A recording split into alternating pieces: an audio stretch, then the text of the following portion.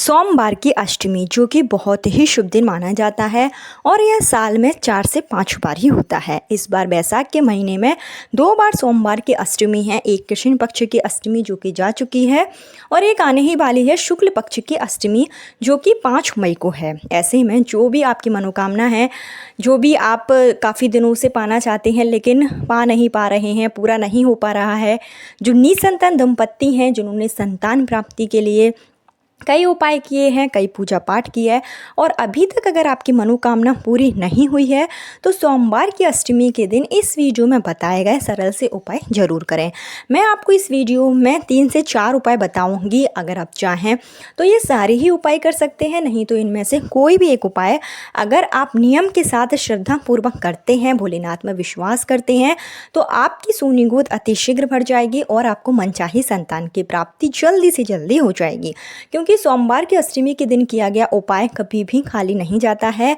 सोमवार की अष्टमी ऐसा दिन होता है जिस दिन माता पार्वती और शिव जी के मिलन के साथ में 64 योगिनियाँ जो हैं वो माता रानी के हस्त कमल में विराजित होती हैं और इस दिन माँ पार्वती और शिव जी के मिलन का दिन माना जाता है। इस बार की सोमवार की अष्टमी बैसाख के महीने में 5 मई को है, जो कि काफ़ी दुर्लभ योग हैं और बहुत ही शुभ दिन यह माना जा रहा है। तो इस दिन आप उपाय जरूर करें।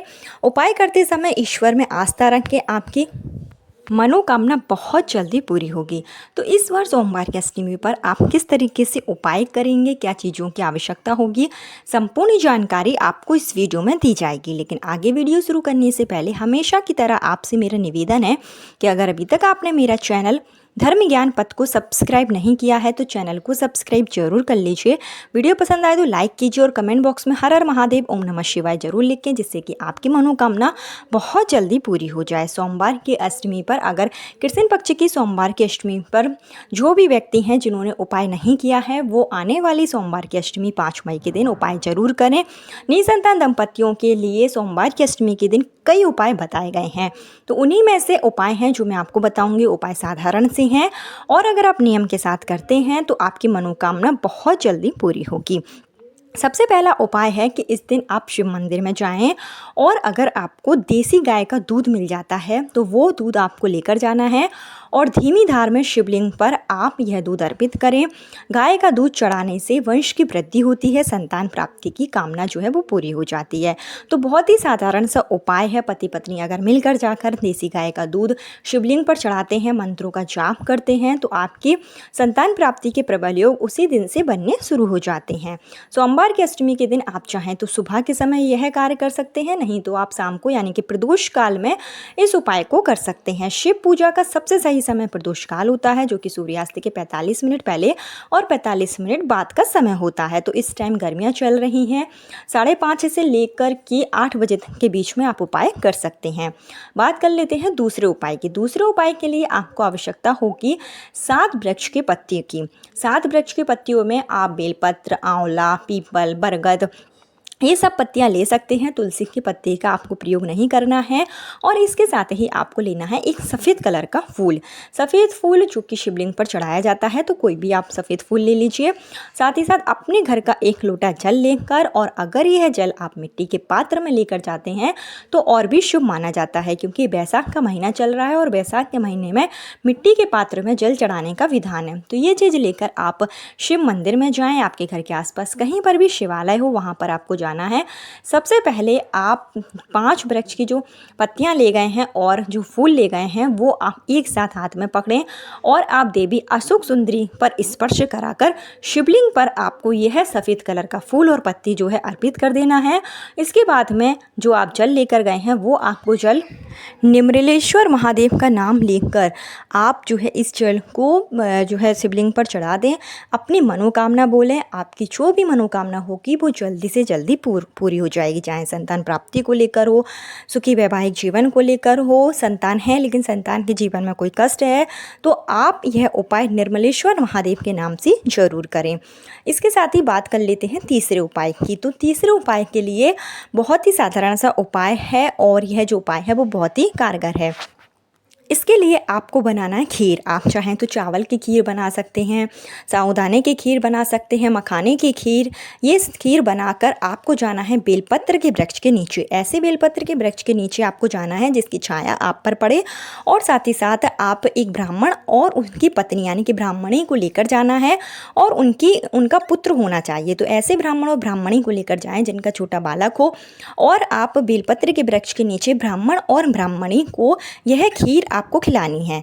उससे पहले आपको यह कार्य करना है कि आप बेलपत्र के वृक्ष के नीचे जो मिट्टी होगी वहाँ से आपको शिवलिंग बनाना है, और उस शिवलिंग पर आपको विधि विधान से पूजन करना है।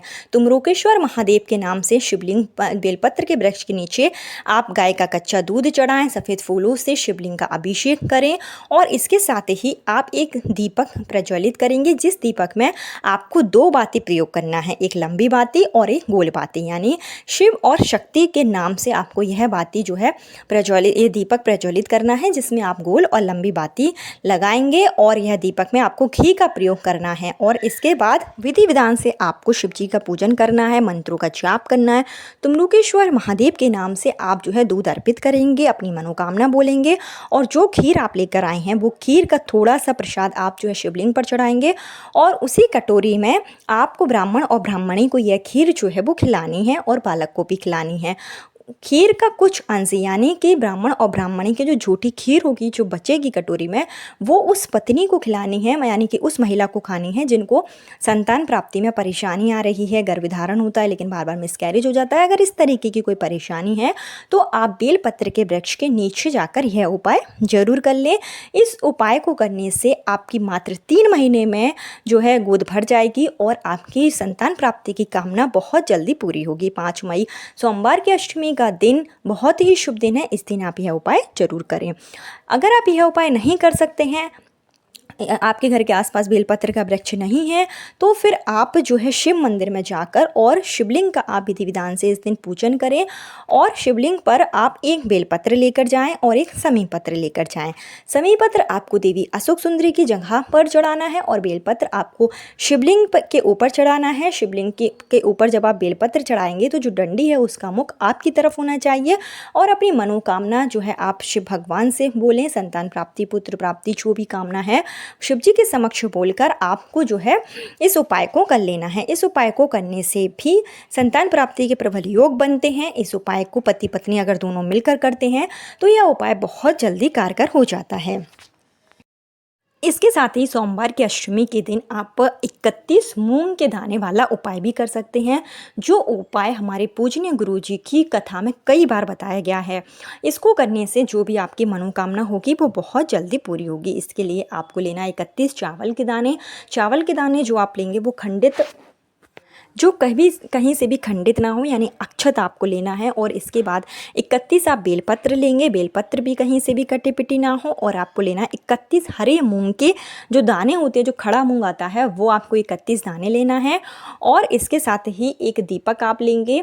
दीपक आपकी मतलब आप अगर लेकर जा सकते हैं तो जाइए, नहीं तो इस उपाय के लिए सिर्फ आपको 3 चीज़ों की आवश्यकता होगी: 31 बेलपत्र, 31 चावल के दाने और 31 हरा मूंग। ये लेकर आप शिव मंदिर में जाएँ। सबसे पहले जो आप चावल लेकर गए हैं वो अपनी कामना बोलते हुए जो मंदिर की दहलीज होगी वहाँ पर आपको यह जो चावल के दाने हैं वो रख देना है।